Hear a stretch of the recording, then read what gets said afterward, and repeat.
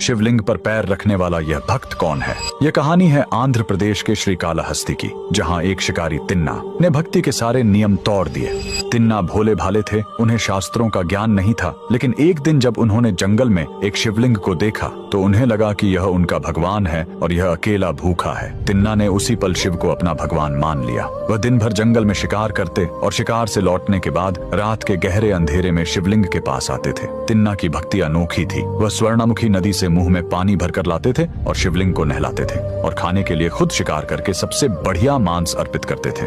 मंदिर के पुजारी सुबह सुबह आते तो देखते शिवलिंग पर मांस के टुकड़े और जूठन पड़ी है। पुजारी कन्नप्पा की इस अपवित्र पूजा से बहुत दुखी थे और बार बार मंदिर साफ करते थे। उन्होंने दुखी होकर भगवान से गुहार लगाई कि यह घिनौना काम कौन कर रहा है। तब एक रात भगवान शिव ने पुजारी को सपने में दर्शन दिए और कहा, घबराओ नहीं, कल तुम छिप कर देखना, मैं तुम्हें उस भक्त की सच्ची भक्ति दिखाऊंगा। अगली रात पुजारी छिप कर देख रहे थे। कन्नप्पा अपनी रोज की तरह पूजा करने आए। तभी शिवलिंग की दाईं आंख से अचानक खून बहना शुरू हो गया। कन्नप्पा घबरा गए। उन्होंने जड़ी बूटियां लगाई, लेकिन खून नहीं रुका। अंत में उस अनपढ़ भक्त को एक ही रास्ता सूझा, आंख के बदले आंख। बिना किसी दर्द या संकोच के उन्होंने अपना तीर लिया और अपनी दाईं आंख निकालकर शिवलिंग की आंख पर लगा दी। चमत्कार, खून तुरंत रुक गया, लेकिन तभी शिवलिंग की बाईं आंख से भी खून बहना शुरू हो गया। कन्नप्पा समझ गए कि अब उन्हें अपनी दूसरी आंख भी देनी होगी, मगर उन्होंने सोचा, दूसरी आंख निकालने के बाद मैं देखूंगा कैसे कि आंख को सही जगह कहाँ लगाना है। तब उन्होंने अपनी दूसरी आंख निकालने से पहले शिवलिंग की आंख पहचानने के लिए अपना पैर शिवलिंग पर रख दिया। भक्ति के इस चरम बलिदान को देखकर पुजारी की आंखें फटी रह गईं। भगवान शिव साक्षात प्रकट हुए। उन्होंने कन्नप्पा को गले से लगाया और उन्हें मोक्ष प्रदान किया। जिस जगह कन्नप्पा ने यह बलिदान दिया वह आंध्र प्रदेश का श्रीकालहस्ती है। इस जगह का नाम यहाँ के 3 पुराने भक्तों पर पड़ा है। श्री यानी मकड़ी, काल यानी सांप और हस्ती यानी हाथी, जिन्होंने यहाँ स्वर्णामुखी नदी के किनारे स्थित वायुलिंगम की पूजा कर मोक्ष पाया था।